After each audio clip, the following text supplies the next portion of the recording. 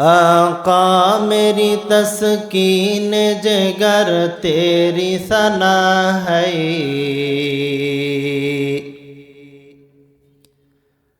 आका मेरी तस्कीन जिगर तेरी सना है। तू नाज़िश कौनैन तू महबूब खुदा है।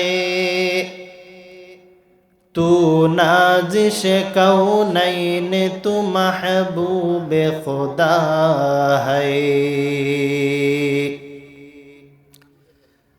ऐ नाज़िश जिब्रील अमीन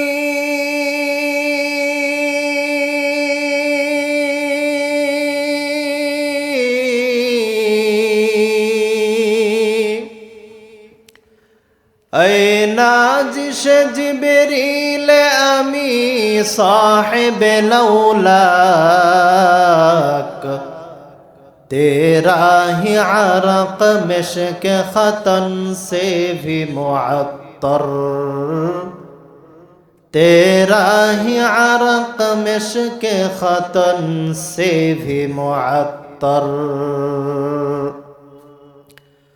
रग रग में मोहब्बत है रसूल अरबी का। रग रग में मोहब्बत है रसूल अरबी का।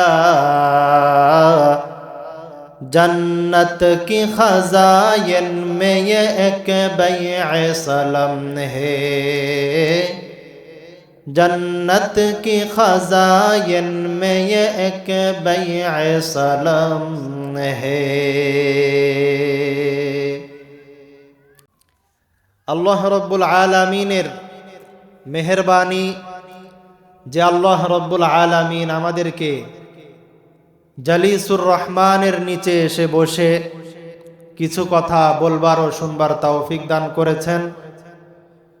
এটা আল্লাহ রব্বুল আলামিনের ভালোবাসার নিদর্শন। আমরা কিছুক্ষণ আগেই এশারের নামাজ আদায় করেছি। এশারের নামাজ আদায় করে আবার দ্বীনি মজলিসে বসেছি। নিঃসন্দেহে এটা আল্লাহ রব্বুল আলামিনের পক্ষ থেকে আমাদের উপরে বিশেষ একটা অনুগ্রহ। কারণ কোনো মালিক যখন তার কর্মচারীকে ভালোবাসে, মোহাব্বত করে, বিশ্বাস করে, তো ওই বিশ্বস্ত কর্মচারীর মাধ্যমে তার ভালো ভালো কাজগুলো ওই বিশ্বস্ত কর্মচারীর মাধ্যম দিয়ে করায়। ঠিক কিনা? হ্যাঁ। আল্লাহ রব্বুল আলামিন তার গোলাম, তার বান্দাদের মধ্য থেকে যাকে বেশি পছন্দ করেন, যাকে ভালোবাসেন, যাকে ভালোবাসতে চান, তাকে আল্লাহ রব্বুল আলামিনের নিকটবর্তী করে নেন। তার মাধ্যমে বেশি বেশি করে আল্লাহ তাআলার গোলামি করায় নেন। আল্লাহ রব্বুল আলামিন যদি কাউকে পছন্দ না করেন, ভালো যদি না বাসেন, তাহলে ওই বান্দার পক্ষে আল্লাহ তাআলার গোলামি করা কখনো সম্ভব নয়। আপনারা যারা চেয়ারে বসে আছেন, সমস্যা যদি হয় চেয়ার নিয়ে সামনে চলে আসেন। আর না হলে একটু যদি সামনে যদি আপনারা চেপে আসেন, তাহলে আলোচনা করতে শুনতে ভালো হবে। একটু কষ্ট হবে শীতের মধ্যে, একটু সামনে চলে আসেন আপনারা। আগের যুগে গোলাম কিনা বেচা করার একটা প্রথা ছিল, আমরা সবাই জানি। তো গোলাম একটা ক্রয় বিক্রয়ের একটা প্রথা আগে ছিল। তো একজন মালিক একটা গোলাম বাজার থেকে ক্রয় করে নিয়ে এসেছে। নিয়ে আসার পরে তার বাড়ির কাজ কাম সবকিছু ওই গোলামের মাধ্যম দিয়ে করায়। তো একদিন হাটবার, আপনাদের এলাকায় হাটের দিন কবে? সপ্তাহে সোমবার, শুক্রবার এলাকার আশপাশে হাট হয়। তো তৎকালীন জামানায় ওই মালিক গোলামকে নিয়ে হাটের দিন হাটে যাচ্ছে, কারণ বাজার সদাই বেশি করবে। যারা মণ্ডল, যারা একটু বৃত্তশালী, ধন সম্পদ আছে, তারা সাথে করে কাউকে নিয়ে যায়, কারণ কেনাকাটা করার সময় কম করে না বেশি করে? বেশি করে। তো বেশি করে কেনাকাটা করবে, তো গোলামকে সাথে করে নিয়ে গেছে। তো গোলাম তার দিলের ভিতরে আল্লাহ তাআলার ভয় ছিল। বাজারে যাওয়ার সময় মসজিদ অতিক্রম করতেছে, এদিকে আসরের আজান হয়ে গেছে। তো গোলাম এখন মালিককে বলতেছে, মালিক, আজান তো হয়ে গেছে, আপনি যদি আমাকে একটু সময় দেন তাহলে আমি একটু আসরের 4 রাকাত নামাজটা পড়ে নিতাম। তো সে বলছে, আচ্ছা ঠিক আছে, যাও নামাজ পড়ে আসো। নামাজ পড়ে বের হয়ে হাট বাজার সব কিছু করার পরে যখন আবার ফিরে আসবে বাড়ির দিকে, তখন আবার মাগরিবের আজান দিছে। আসরের নামাজের পরে সুন্নত নফল কোনো আছে নাকি? অন্য কোনো নামাজ নাই, তাড়াতাড়ি হয়ে গিয়েছিল। কিন্তু মাগরিবের পরে সুন্নত আছে, নফল আছে, আউয়াবিনের নামাজ আছে। আর ওই সময় কেউ যদি আরো লং টাইম নামাজ পড়তে চায়, তার জন্য সুযোগ আছে, সে সময় সে নামাজ পড়তে পারবে। এজন্য মাগরিবের সময় আবার অনুমতি নিয়ে সে মসজিদে গেছে। ফরজ 3 রাকাত পড়ছে, 2 রাকাত সুন্নত পড়ছে, সুন্নত পড়ে আবার 2 রাকাত নফল পড়ছে, পড়ার পরে আবার আউয়াবিনের 6 রাকাত নামাজ পড়ার জন্য দাঁড়ায় গেছে। গোলামের দিলের ভিতরে আল্লাহ রাব্বুল আলামিনের ভয় আছে। সে দুনিয়াতে যতই বেশি মানুষের গোলামি করুক না কেন, খেদমত করুক না কেন, দুনিয়ার সব কিছুর পরেও সে মহান মালিকের গোলামি কখনো ভুলে যায় না। ফরজ নামাজ পড়ার পরে সুন্নত নামাজ পড়েছে, তারপরে নফল পড়ে আউয়াবিন শুরু করে দিয়েছে। এদিকে দুনিয়ার যে মালিক, সে সিঁড়ির উপরে বসা, কারণ আল্লাহ রাব্বুল আলামিনের ভয়। আল্লাহ রাব্বুল আলামিন তাকে এতটুকু তৌফিক দেয় নাই যে ওযু করে নামাজ আদায় করবে। গোলাম আল্লাহ তাআলার হুকুম পালনের মধ্যে বড় মজা পেয়ে গেছে। মজা নিয়ে নিয়ে সে নামাজ আদায় করতেছে।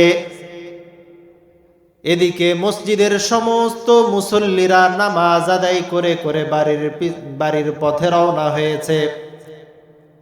মালিক চিন্তা করতেছে, বাজারের সমস্ত মুসল্লিরা নামাজ আদায় করে বাড়ির পথে চলে যায়, কিন্তু আমার গোলামের কি হলো যে সে মসজিদ থেকে বের হয় না।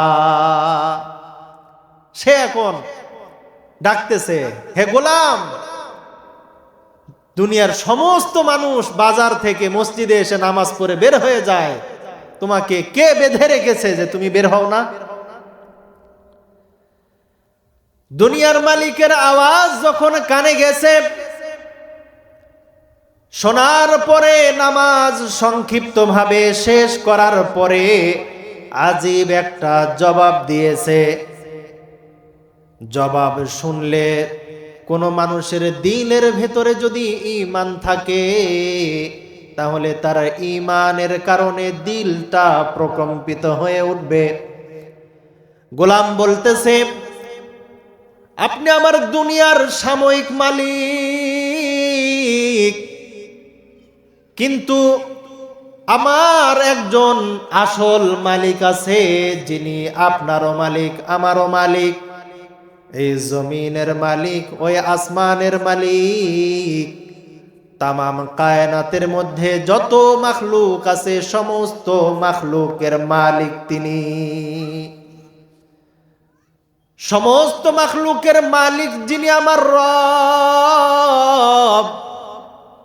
যার হাতে আমার জীবন, যার হাতে আমার মরণ, ওই রব আমাকে মসজিদের ভিতরে তার রহমতের চাদর দিয়ে পেঁচিয়ে রেখেছে, এবং ওই রব আপনাকে ভালোবাসে না, মায়া করে না, মোহাব্বত করে না, যেই রব আমাকে মসজিদ থেকে বের হতে দেয় না, ওই রব আপনাকে মসজিদের সিঁড়িতে বসিয়ে রেখেছেন, আপনাকে ঢুকতে দেয় না।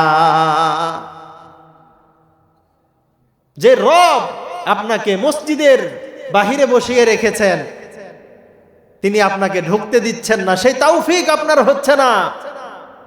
এবং ওই রব আমাকে মসজিদের ভিতরে তার রহমতের চাদরে বেষ্টন করে রেখেছে, আমাকে মসজিদ থেকে বের হতে দেয় না। তাহলে এই যে আমরা এখানে আসতে পেরেছি, বসতে পেরেছি, এটা নিঃসন্দেহে কার ভালোবাসার নিদর্শন? জোরে বলতে হবে, কার ভালোবাসা? আল্লাহ তাআলার ভালোবাসার নিদর্শন এটা। এবং একটা জিনিস খেয়াল করতে হবে,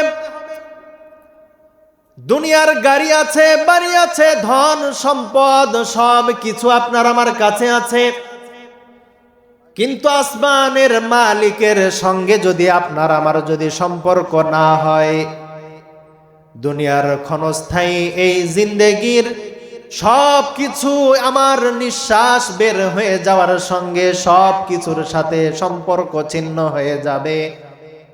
একমাত্র যেই ভালোবাসা চিরন্তন হয়ে থাকবে, সেই ভালোবাসা যার, তার নাম কি? আল্লাহ। ওই আল্লাহ তাআলার ভালোবাসা কাজে দিবে এবং মৃত্যুর পরে কিয়ামতের ময়দানে, কবর জগতে, ফুলসিরাতে, মিজানের পাল্লায় ওই ভালোবাসায় আপনাকে আমাকে আল্লাহ তাআলার সমস্ত আযাব থেকে বাঁচিয়ে আপনাকে আমাকে জান্নাতে প্রবেশ করাবে। এজন্য কবি বলেন, जो तू मेरा तो सब मेरा, जो तू मेरा तो सब मेरा, ओ फलक मेरा ए ज़मी मेरी, अगर एक तू नहीं मेरा तो कोई शाई नहीं मेरी, अगर एक तू नहीं मेरा तो कोई शाई नहीं मेरी। কবিতার হৃদয় নিংড়ানো কথাগুলো বলতেছেন। কবি বলতেছেন, ওই মহান মালিক আল্লাহ রব্বুল আলামিন যদি আপনার আমার হয়ে যায়, তাহলে তামাম কায়নাতের সব কিছু আমার, ওই আসমান আমার, এ জমিন আমার। আর যদি ওই রব আপনার আমার না হয়, তাহলে পৃথিবীর কোনো জিনিস আমার নয়। আল্লাহু আকবার। এজন্য আল্লাহ তাআলা যদি আমার আপনার হয়ে যায়, তাহলে আর কোনো কিছুর দরকার নাই। এজন্য আল্লাহ রব্বুল আলামিনকে আপনায় নেওয়ার, নিজের করে নেওয়ার একটা সুন্দর প্রোগ্রাম হচ্ছে ইসলামী জালসা। কথা বলেন ঠিক কিনা? এজন্য কোন মানুষ যদি এই সমস্ত জায়গায় আসে, আল্লাহ রব্বুল আলামিন কোন বান্দাকে যদি তৌফিক দান করে যে এই সমস্ত দিনই মাহফিলে আসবে, কথা শুনবে, আখিরি মুনাজাত করে চোখের পানি ফেলে তওবা করে ফিরে যাবে, আল্লাহ রব্বুল আলামিন তাদের জিন্দেগির সমস্ত গুনাহ খাতা আল্লাহ তাআলা মাফ করে দিবেন। এজন্য মুহতারাম হাজিরিন, এখনো যারা আশপাশে যারা ঘোরাঘুরি করছেন, এক্ষুনি আপনারা সবাই ভিতরে চলে আসেন। আল্লাহ রব্বুল আলামিনের দরবারে কখন কার দিলের ভিতরে কোন কথার মাধ্যমে হেদায়েত আল্লাহ তাআলা দিবেন কেউ বলতে পারবে না। কোন আমল নাজাতের জন্য ওসিলা হবে কেউ বলতে পারে? কেউ বলতে পারে না। আল্লাহ রব্বুল আলামিন আমাদেরকে কি জন্য সৃষ্টি করলেন এবং দুনিয়াতে পাঠানোর কি উদ্দেশ্য আছে, কোন মানুষ যদি এটা জানে, বোঝে, সে অনুযায়ী যদি সে আমল করে, তাহলে দুনিয়ার জিন্দেগিটাও তার জন্য সুন্দর হবে, আখিরাতের সফরটাও সুন্দর হবে। আল্লাহ রাব্বুল আলামিন সূরাতুজ জারিয়াতের 56 নম্বর আয়াতের মধ্যে আল্লাহ রাব্বুল আলামিন বলেন, ওয়ামা খালাকতুল জিন্না ওয়াল ইনসা ইল্লা লিয়াবুদুন। আল্লাহ রাব্বুল আলামিন বলতেছেন, আমি নিঃসন্দেহে মানুষ এবং জিন জাতিকে সৃষ্টি করেছি একমাত্র, কেবলমাত্র, শুধুমাত্র এক আল্লাহ তাআলার গোলামি করার জন্য। দুনিয়াতে আসার পরে আমরা আল্লাহ তাআলার হুকুম পালন করব, দুনিয়াতে আসার পরে আল্লাহ তাআলার গোলামি করব। এই গোলামি করব কতক্ষণ? হাত্তা ইয়াতিয়াকাল ইয়াকিন, মৃত্যু আসা পর্যন্ত। কোনো মানুষ যদি প্রাপ্তবয়স্ক হওয়া থেকে শুরু করে নিয়ে মৃত্যু পর্যন্ত আল্লাহ তাআলার গোলামি করতে পারে, তাহলে ওই বান্দার জন্য আল্লাহ রাব্বুল আলামিন অনন্ত অসীম কালের জান্নাতের মালিকানা ওই বান্দাকে দান করে দিবেন। বলেন সুবহানাল্লাহ। আর যদি না করি, পৃথিবীতে কোন জায়গায় কোন গুনাহের কাজ কখন কি করলাম না করলাম সব কিছু আল্লাহ রাব্বুল আলামিন কিয়ামতের ময়দানে সাক্ষী প্রমাণ সহ হাজির করে আপনার আমার বিচারের ব্যবস্থা করবে আল্লাহ রাব্বুল আলামিন। দুনিয়াতে আসার পরে আমরা আল্লাহ রাব্বুল আলামিনকে ভুলে গেলাম। আমরা গুনাহের মধ্যে মজা পাই, কিন্তু ইবাদতের মধ্যে আমাদের মজা নাই। কোন বান্দা যদি একথা বিশ্বাস করে যে কিয়ামতের কঠিন ময়দানে আল্লাহ রাব্বুল আলামিন আপনার হিসাব গ্রহণ করবে, ওই বান্দার সামনে যদি এটা জানা থাকে যে আমি যে জায়গায় গুনাহ করি, যার মাধ্যমে গুনাহ করি, সব কিছু একদিন আল্লাহ রাব্বুল আলামিনের কাছে বলে দিবে। আল্লাহ রাব্বুল আলামিন ওই কঠিন কিয়ামতের ময়দানে আপনার আমার সমস্ত আমলের হিসাবগুলো সেদিন ক্লিয়ার ভাবে নিবে।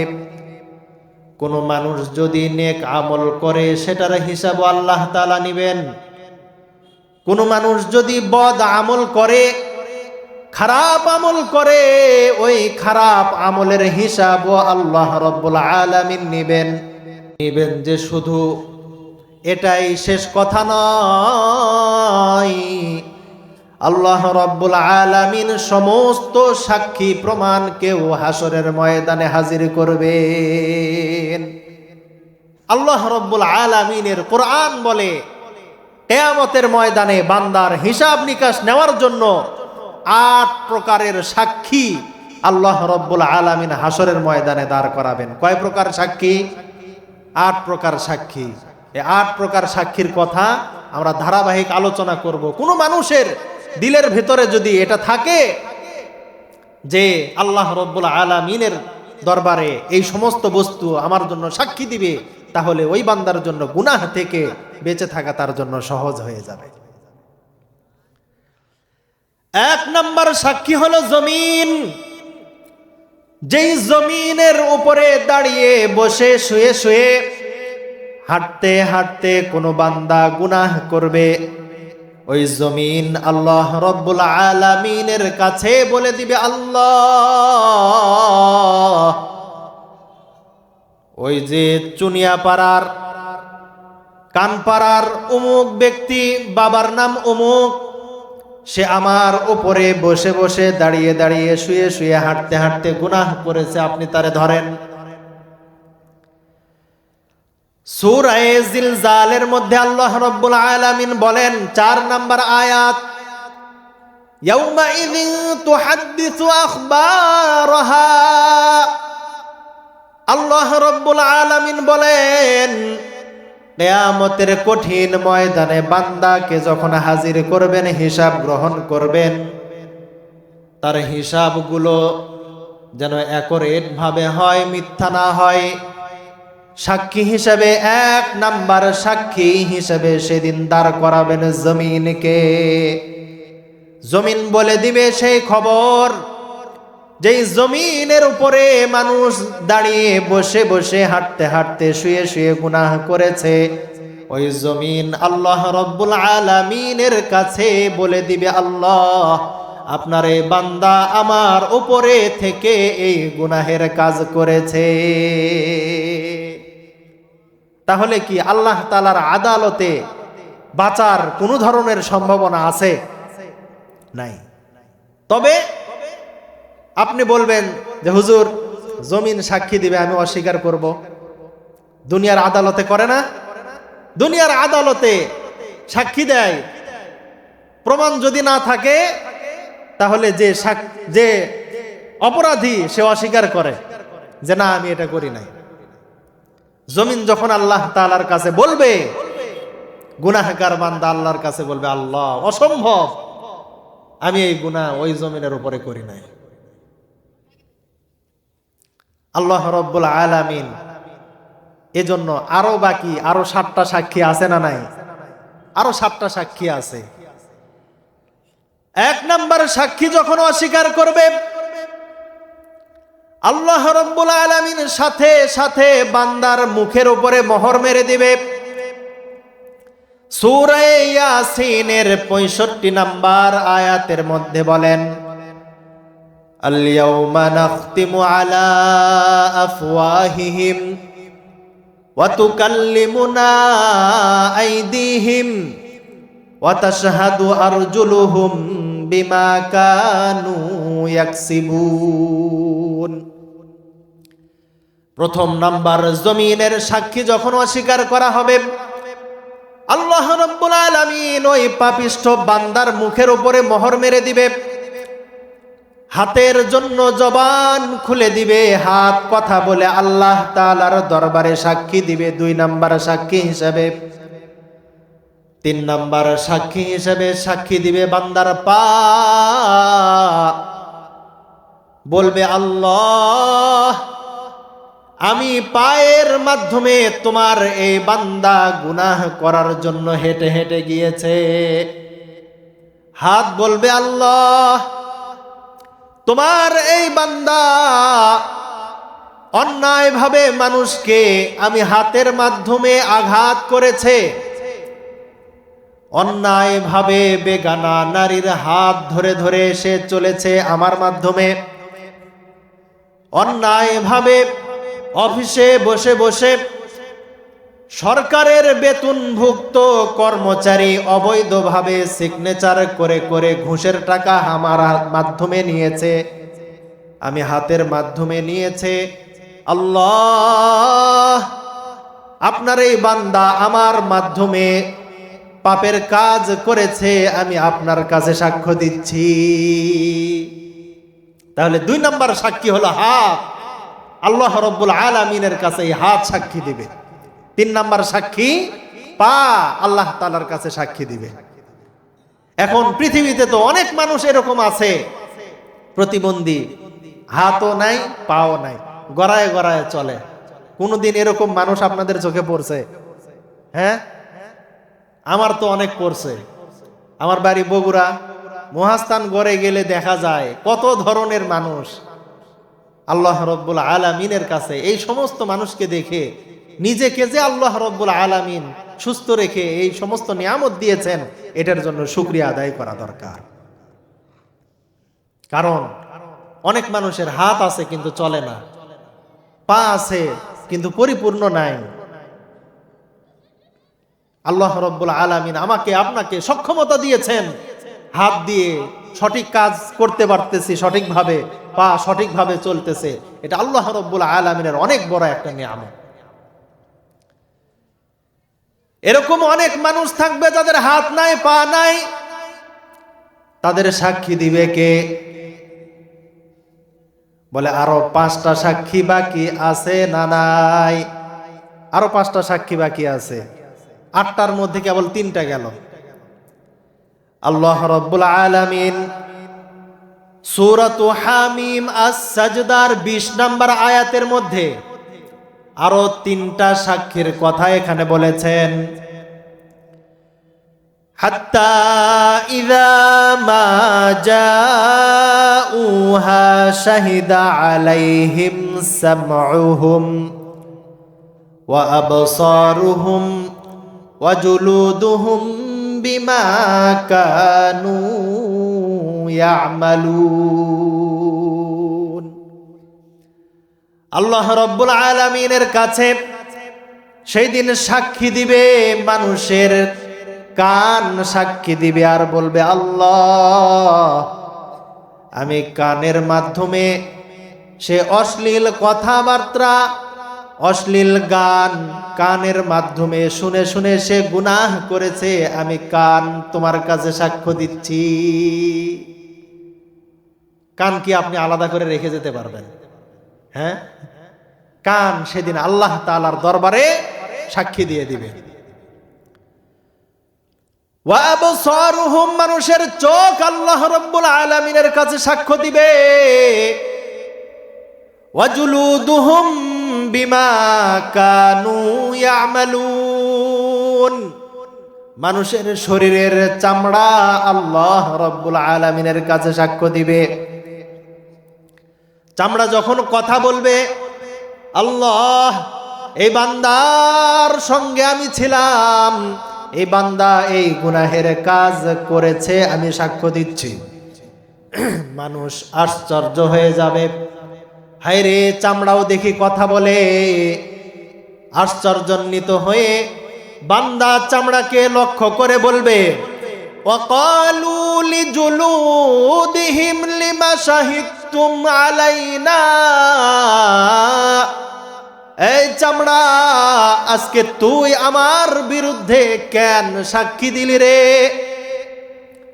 তুই চামড়ারে সুন্দর রাখার জন্য শীতের দিনে খাঁটি সরিষার তেল ব্যবহার করেছিলাম, অলিভ অয়েল তেল ব্যবহার করেছি, বিদেশি ক্রিম ব্যবহার করেছি। তুই চামড়াকে সুন্দর রাখার জন্য আমি কত চেষ্টা করেছি, কষ্টার্জিত পয়সা দিয়ে তোর মালিশ করেছি, তোকে যত্ন করেছি। আজকে তুই আমার বিরুদ্ধে আল্লাহ রাব্বুল আলামিনের দরবারে কেন সাক্ষ্য দিলি?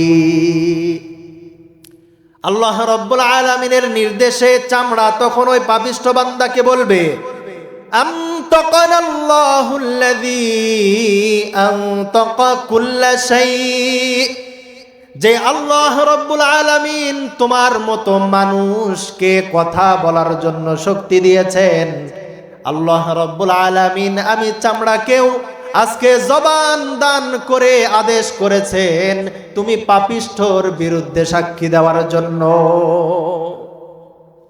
চামড়া সেদিন কথা বলবে। এই সাক্ষ্য যখন শুরু হয়ে যাবে, মানুষের দিলের ভিতরে কম্পন সৃষ্টি হয়ে যাবে।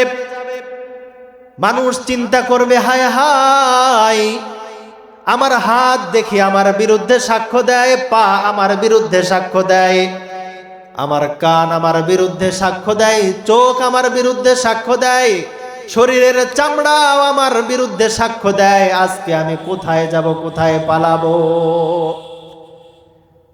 আল্লাহ রাব্বুল আলামিনের জমিনে আল্লাহ রাব্বুল আলামিনের এত বেশি নাফরমানি করি, কিন্তু আল্লাহ রাব্বুল আলামিন কোনোদিন তার নিয়ামত আমাদের থেকে ছিনায় নেন নাই। অক্সিজেন বিনামূল্যে দিয়ে রেখেছেন, কোনোদিন এর জন্য মিটার বসান নাই, ট্যাক্স বসান নাই।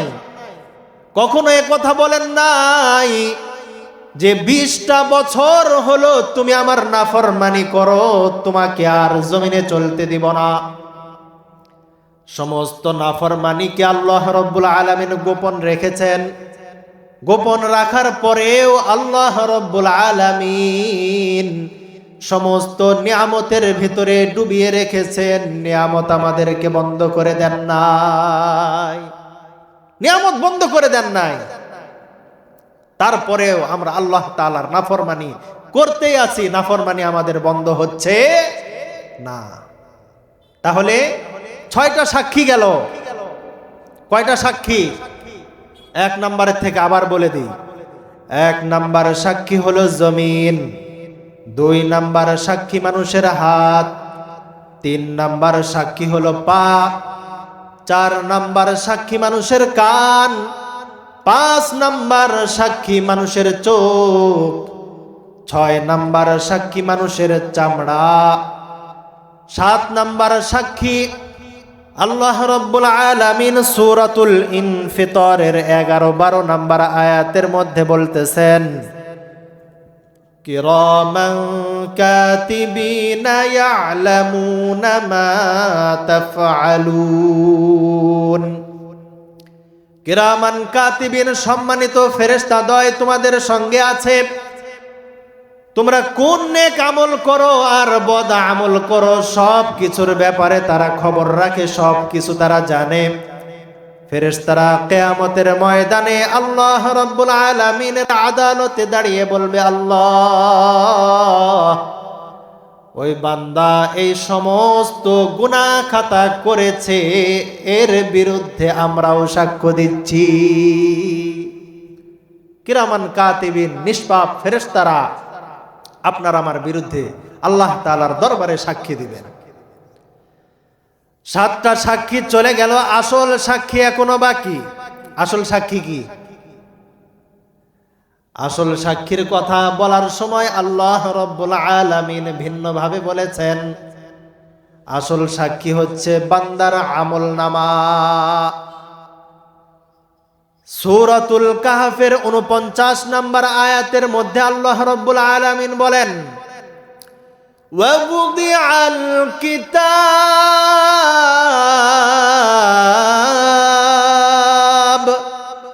ফাতারাল মুজরিমিনা মুশফিকিনা মিম্মা ফীহ। গুনাহগার বান্দাদেরকে যখন আমলনামা তাদেরকে দেওয়া হবে,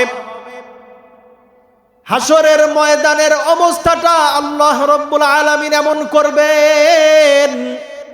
আল্লাহ রাব্বুল আলামিন সেই দিন কোনো রহমানের সূরত ধারণ করবেন না, দয়া মায়ার কোনো নজরে তাকাবেন না। আল্লাহ রাব্বুল আলামিন সেই দিন কাহার জালালিয়াতের বিচার ব্যবস্থা কার্যক্রম করার জন্য জালালি মেজাজ ধারণ করে তিনি সমাসীন হবেন। এদিকে সূর্য মাথার আধাত উপরে চলে আসবে, যার গরমে মানুষের মাথার মগজগুলো ভাতের মাড়ের মতো উতলাইতে থাকবে, মানুষের কান দিয়ে নাক দিয়ে বেয়ে বেয়ে পড়তে থাকবে, মানুষের মাথার চান্দিগুলো টাস টাস করে ফেটে যাবে। ওদিকে জাহান্নাম এমন বেশি ভয়াবহ গর্জন দিয়ে মানুষকে গ্রহণ করার জন্য আসবে, মানুষকে ধরার জন্য আসবে। পৃথিবীর সমস্ত মানুষ, সমস্ত পয়গম্বর, জিন, ইনসান, ফেরেশতারা পর্যন্ত সেই দিন নাফসি নাফসি করতে থাকবে। হাদিসে পাকের মধ্যে আসছে, হযরতে জিবরাইল আল্লাহ রাব্বুল আলামিনের আরশের পাশে গিয়ে জাহান্নামের ভয়ে নিজের হাঁটুটা গেড়ে দিয়ে আল্লাহ রাব্বুল আলামিনকে হাত জোর করে বলবে, ইয়া রাব্বি সাল্লিম সাল্লিম, আয় আল্লাহ, আপনি জাহান্নামের হাত থেকে আমি জিবরাইলকে আপনি বাঁচান। সেই দিন কোনো দয়া মায়ার পরিস্থিতি থাকবে না, সেই দিন ভয়াবহ পরিস্থিতি হবে। আল্লাহ রাব্বুল আলামিন সেই দিন যখন গুনাহগার বান্দাদেরকে আমলনামা দিবেন, তাদের অবস্থা এমন হবে, তারা এমন বেশি ভয় পাবে, ভয়ে থরথর করে কাঁপতে থাকবে। ফাতারাল মুজরিমিনা মুশফিকিনা মিম্মা ফীহ।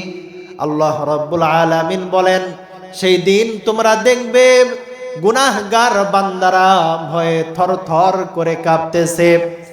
ফেরেশতারা বলবে, দাও দাও, হাত দাও, আমলনামাটা নাও।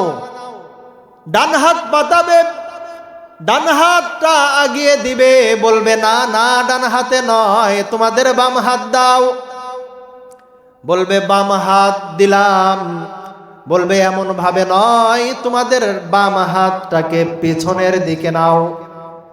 বাম হাত পিছনের দিকে নিয়ে পিঠ ছিদ্র করে, কলিজা ছিদ্র করে, বুক ছিদ্র করে সামনের দিকে নিয়ে আসার পরে তাদের সামনে আমলনামা দেওয়া হবে। আমলনামা পাওয়ার পরে তারা বলবে ওয়ায়াকুলুনা ইয়া ওয়াইলাতানা মা লিহাযাল কিতাব মা লিহাযাল কিতাবি লা ইউগাদিরু সাগীরাতাও ওয়ালা কাবীরাতান ইল্লা আহসাহা। গুনাহগার বান্দারা সেদিন বলবে, হায় হায়, এটা কেমন কিতাব, এটা কেমন কিতাব আমাদের সামনে দেওয়া হলো, যেই কিতাবের মধ্যে ছোট থেকে ছোট গুনাহ, বড় থেকে বড় গুনার কোনোটাই বাদ পড়ে নাই। ছোট্ট গুনাহ করেছি সেটাও এখানে লেখা আছে, বড় গুনাহ করেছি সেটাও লেখা আছে, অন্ধকারে গোপনে একা একা গুনাহ করেছি সেটাও লেখা আছে, দলবদ্ধ হয়ে গুনাহ করেছি সেটাও দেখি এখানে লেখা আছে।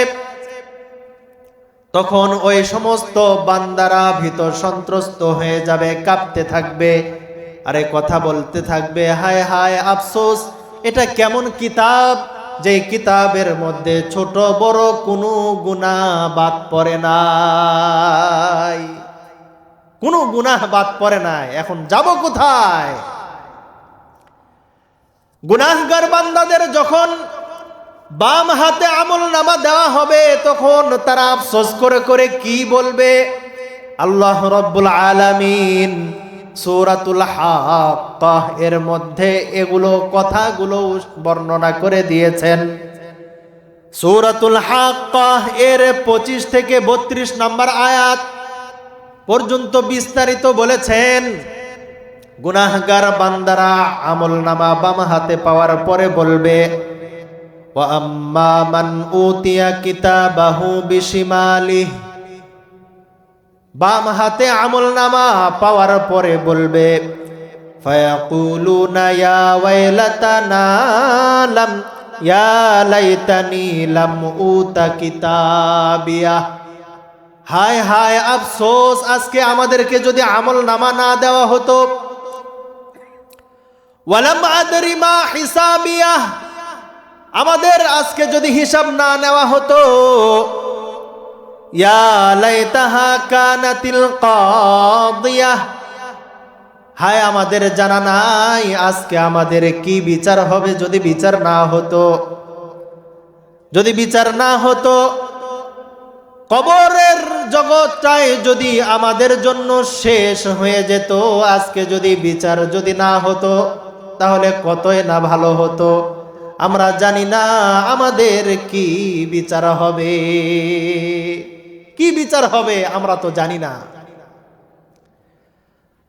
এই সমস্ত কথা যখন বলবে, পৃথিবীর ধন সম্পদশালীরা যারা টাকার মোহে, ধন দৌলতের মোহে পড়ে আল্লাহ রাব্বুল আলামিনকে ভুলে গিয়ে যারা গুনাহ করেছে, ওই সমস্ত সম্পদশালী ব্যক্তিরা কিয়ামতের ময়দানে আফসোস করবে আর বলতে থাকবে, মা আগনা আন্নি মালিয়া, হায় হায়, আজকে কিয়ামতের ময়দানে আমাদের ধন সম্পদ কোনো কাজে আসলো না। দুনিয়াতে পুলিশের কাছে, র্যাবের কাছে যদি ধরা পড়া হয়, টাকা পয়সা ঘুষ দিয়ে ছোটার ব্যবস্থা আছে না নাই? আছে। কিন্তু আল্লাহ রাব্বুল আলামিন সেই দিন ইনসাফের আদালত কায়েম করবেন, সেই দিন কোনো ধরনের তালবাহানা চলবে না। পৃথিবীর মধ্যে জুলুম চলছে, অবিচার চলছে, কিন্তু কোনো ধরনের ইনসাফ ভিত্তিক বিচার ব্যবস্থা আছে নাই। এই যে গত সপ্তাহে আমার ভাই উসমান হাদিকে গুলি করা হলো, সে এই যে শুক্রবারে সে মারা গেল।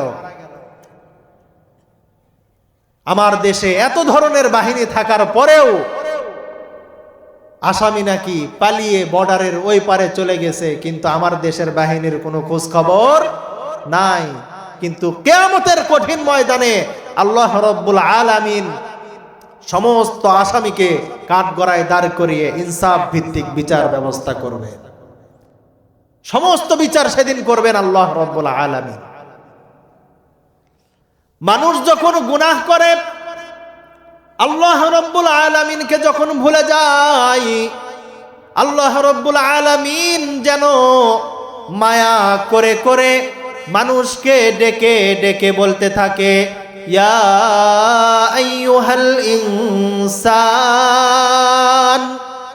ইয়া আইয়ুহাল ইনসানু মা গররাকা বিরাব্বিকাল কারীম। এই দুনিয়ার মানুষেরা, ওই রব্বে করিম দয়াময় রবের ব্যাপারে তোমাদেরকে কে ধোকায় ফেলে দিল? কে তোমাদেরকে ধোকা দিচ্ছে যে আমার ইবাদত করতে দেয় না? অথচ আমি আল্লাহ রাব্বুল আলামিন তোমাকে সুন্দর করে বানিয়েছি, আমি আল্লাহ। তুমি আজকে 2 টাকার জন্য নেতার পক্ষে তুমি স্লোগান দাও, নেতার দল মতো চলতে গিয়ে তুমি আমি আল্লাহ তাআলার হুকুমকে অমান্য করো। অথচ ওই নেতা নেত্রী তোমাকে সুন্দর চক্ষু 2টা দেয় নাই, আমি আল্লাহ দিয়েছি। সুন্দর অবয়ব আমি আল্লাহ দিয়েছি, তোমার দুনিয়ার কোনো নেতা নেত্রী দেয় নাই। কিন্তু দুনিয়ার রঙ্গলীলায় পড়ে তুমি আমি রবকে ভুলে গেলে, কিন্তু আমি রবকে তুমি স্মরণ করলে না। আল্লাহ রাব্বুল আলামিন ডেকে ডেকে বলে যে হায় আফসোস, হে মানুষ, তোমাদেরকে আমি রব্বে কারীমের ব্যাপারে কে ধোকায় ফেলে দিল। বলতেছিলাম, কিয়ামতের কঠিন ময়দানে মালদার মানুষগুলো বলতে থাকবে, মা আগনা আন্নি মালিয়া। হায় হায়, আজ কিয়ামতের কঠিন ময়দানে ধন সম্পদ আমাদের কোনো কাজে আসলো না। ক্ষমতার অপব্যবহারকারী মানুষরা সেই দিন বলবে, হালাকা আন্নি সুলতানিয়া। হায় হায়, আমাদের সমস্ত ক্ষমতা আজকে নস্যাৎ হয়ে গেছে, আমরা ধরা খেয়ে গেছি। দুনিয়ার কোনো ক্ষমতা আমাদের আজকে কোনো কাজে আসলো না। এরকম আফসোস করে করে সেই দিন গুনাহগার বান্দারা আফসোস করতে থাকবে আর এই কথাগুলো বলতে থাকবে। আল্লাহ রাব্বুল আলামিন বলবেন, এই ফেরেশতারা, আমার দিকে দৃষ্টিপাত করো। দুনিয়ার কোন পাপিষ্ঠর কথা শোনার জন্য আজকে আমি এই হাসরের ময়দান কায়েম করি নাই। আমি আল্লাহ রাব্বুল আলামিন আজকে বিচার করব, ইনসাফ ভিত্তিক বিচার। দুনিয়ার কোন রামবাম, দুনিয়ার কোন অপরাধী, সন্ত্রাসী, চোর, বাটপারের কথা শোনার এখন টাইম নাই। আল্লাহ রাব্বুল আলামিন ফেরেশতাদেরকে ডাক দিয়ে বলবেন, খুযু, তাদেরকে ধরো। ফাগুল্লু, তাদেরকে বেড়ি পড়াও। সুম্মাল জাহিমা সাল্লু, তারপরে তাদেরকে তোমরা জাহান্নামে নিক্ষেপ করো। সুম্মা ফি সিলসিলাতিন দারউহা ৭০ যিরাআন ফাসলুকু, এমন একটা ৭০ গজ বেড়ি দিয়ে বান্দাদেরকে পেঁচিয়ে বেঁধে তারপরে ফেরেশতারা তাদেরকে জাহান্নামে নিক্ষেপ করবে। রাইসুল মুফাসসিরিন আব্দুল্লাহ ইবনে আব্বাস রাদিয়াল্লাহু তাআলা আনহু বলেন, গুনাহগার বান্দাদেরকে ফেরেশতারা সেদিন কিভাবে পেঁচাবে?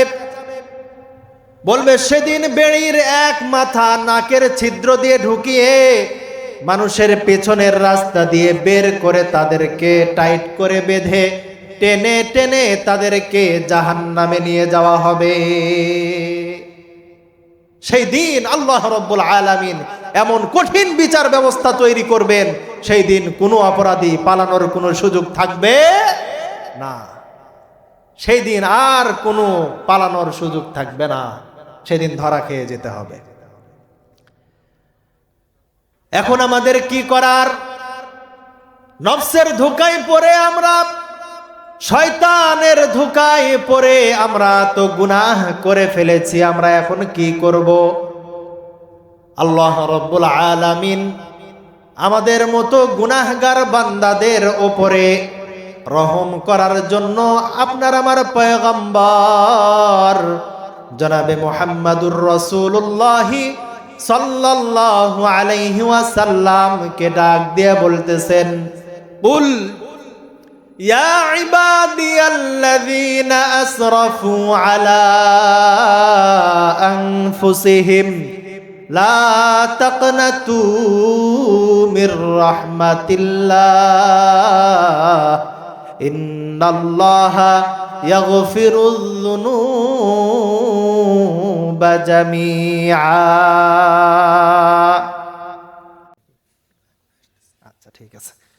আল্লাহ রাব্বুল আলামিন, আমি বলবো, আল্লাহ রাব্বুল আলামিন সেই দিন আমাদেরকে মাফ করার জন্য তার হাবিবের উপরে আয়াত নাজিল করে আমাদের জন্য বলে দিয়েছেন, যে সমস্ত বান্দারা নিজেদের নফসের উপরে গুনাহ করার মাধ্যমে জুলুম করেছে, গুনাহ করতে করতে সীমা অতিক্রম করে চলে গেছে, ওই সমস্ত বান্দাদেরকে হে নবী আপনি বলে দেন, তারা যেন আমার রহমত থেকে তারা যেন নৈরাশ না হয়, তারা যেন আমার রহমতের উপরে আস্থা বিশ্বাস রাখে। তারা যদি ফিরে এসে আমাকে রব হিসাবে স্বীকার করে, তারা যদি তাওবায়ে নাসুহা করে, নিজেদের পাপ থেকে তারা সরে এসে আমার গোলামির মধ্যে মশগুল হয়, আমি গফফার গফুর নামের ওসিলায় তাদের জিন্দেগির তামাম গুনাহ খাতা আমি মাফ করে দিব। আল্লাহ তাআলা আমাদেরকে মাফ করে দিবেন। আল্লাহ রাব্বুল আলামিন কেমন ক্ষমাশীল! এক ব্যক্তি 70 বছর সে মূর্তি পূজা করেছে, এই 70 বছরের মধ্যে একটা সেজদা সে আল্লাহ তাআলাকে দেয় নাই। সকাল সন্ধ্যা সে মূর্তির কাছে গিয়ে মূর্তির নামের জিকির করত, সানআম সানআম সানআম সানআম একটা মূর্তির নাম। সকালেও গিয়ে তাকে সামনে মাথা নত করে সানআম সানআম সানআম বলে বলে তার জিকির করে, সন্ধ্যাতেও তার জিকির করে। এমন করেছে কয় বছর? 70 বছর করেছে। কয় বছর? জোরে বলেন, কয় বছর? 70 বছর সানআম মূর্তির পূজা করেছে। 70 বছর পরে আরো একদিন মূর্তির পূজা করতে গিয়ে জিকির করতেছে, সানআম সানআম সানআম। জিকির করতে করতে ভুল ক্রমে বের হয়ে গেছে সমাদ। সমাদ কার নাম? জোরে বলতে হবে, কার নাম? আল্লাহ রাব্বুল আলামিনের নাম।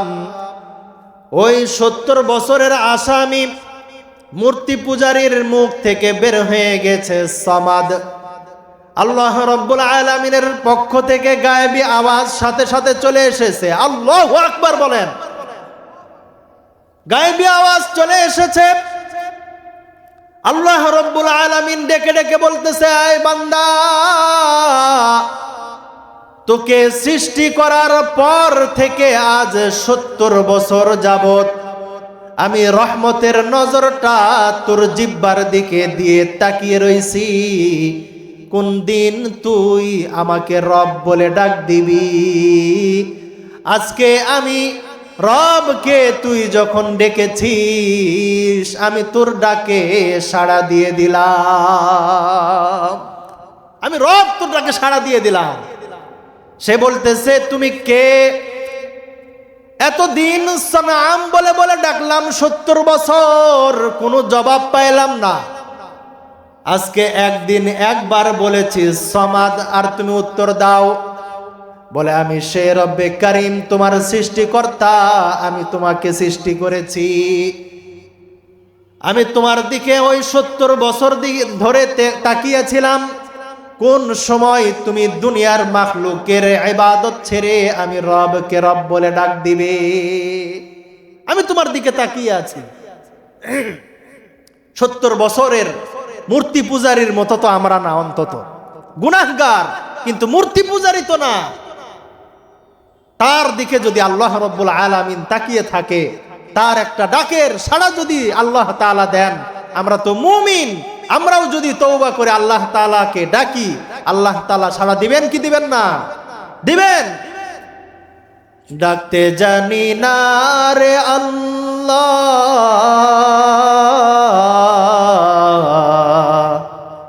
ডাকতে জানি না, ডাকার মতো ডাকলে তুমি কেন শুনবে না? আমরা তো ডাকতে জানি না, ডাকার মতো যদি ডাকি, আল্লাহ রাব্বুল আলামিন বলেন, কোন আদনা বান্দা যদি আমাকে খালেস নিয়তে একবার যদি রব বলে ডাক দেয়, তার জবাব আমি 70 বার রবের পক্ষ থেকে দিয়ে দেই। আল্লাহ রাব্বুল আলামিন আমাদের ডাকের সাড়া দেন। তো আল্লাহ রাব্বুল আলামিন ওই মূর্তি পূজারীকে ডেকে ডেকে বলতেছে, আমি তোমার সেই রব। এ কথা শোনার পরে বলতেছে, হায় হায়, এতদিন আমি কি করেছি, কার ইবাদত করলাম, কার পূজা করলাম, আমার তো ভুল হয়ে গেছে। আল্লাহ, আপনি আমাকে ক্ষমা করে দেন, আমি তওবা করে কালেমা পড়ে মুসলমান হয়ে গেলাম, আপনি আমাকে কবুল করে নেন। আল্লাহ রাব্বুল আলামিন ডাক দিয়ে বলতেছে, তুমি তওবা করার আগে যখন আমাকে রব বলে স্বীকার করে নিয়েছো দিল থেকে, ওই সময় তোমার জিন্দেগির 70 বছরের মূর্তি পূজার গুনাহ আমি মাফ করে দিয়ে ওই আমল নামা জায়গায় আমি নেক দ্বারা পরিপূর্ণ করে দিয়েছি। কারণ আমল নামা যদি ফাঁকা থাকে, কোনো কিছু যদি লেখা না থাকে, তাহলে দেখতে কি ভালো লাগবে?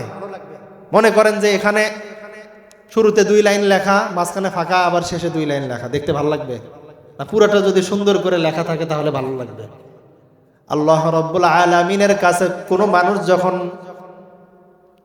গুনাহ থেকে তাওবা করে, আল্লাহ রাব্বুল আলামিন তার তাওবা কবুল করে গুনাহগুলো মুছে দিয়ে আল্লাহ রাব্বুল আলামিন ওই গুনাহের জায়গাগুলোতে সওয়াব দ্বারা পরিপূর্ণ করে দেন। আল্লাহ রাব্বুল আলামিনের তৌফিক যদি আমাদের শামিলে হাল হয়, আমরা আজকে এখানে এসেছি, আমরা যদি খাঁটি নিয়তে তওবা করে আখেরি মুনাজাত করে আমরা যদি ঘরে ফিরে যেতে পারি, আল্লাহ রাব্বুল আলামিন বলেন, হাদিসে কুদসি আল্লাহ তাআলা বলেন, কোন মানুষ যদি আসমান পরিমাণ গুনাহ নিয়ে আসে, সমুদ্র পরিমাণ গুনাহ নিয়ে যদি আসে, তার থেকেও বেশি রহমত নিয়ে আমি বান্দার কাছে হাজির হয়ে যাই, তাকে আমি ক্ষমা করে দেই, এর ব্যাপারে আমি কাউকে কখনো পরোয়া করি না। লা উবালি, আমি তো পরোয়া করি না, আমি আরহামুর রাহিমিন, আমি বান্দার গুনাহ খাতা মাফ করে দিব। আল্লাহ রাব্বুল আলামিন আমাদের সকলকে কবুল করে নিয়ে আমাদের তাওবাকে, এখানে আসা বসা আলোচনা শোনাকে কবুল করে নিয়ে আমাদের গুনাহ খাতা মাফ করে দিয়ে আল্লাহ রাব্বুল আলামিন যেন সমস্ত গুনাহ থেকে পবিত্র করে আমাদেরকে ঘরে ফিরে যাওয়ার তৌফিক দান করেন। সকলেই পড়ি আমিন। ওয়া আখিরু দাওয়ানা আনিল হামদুলিল্লাহি রাব্বিল আলামিন।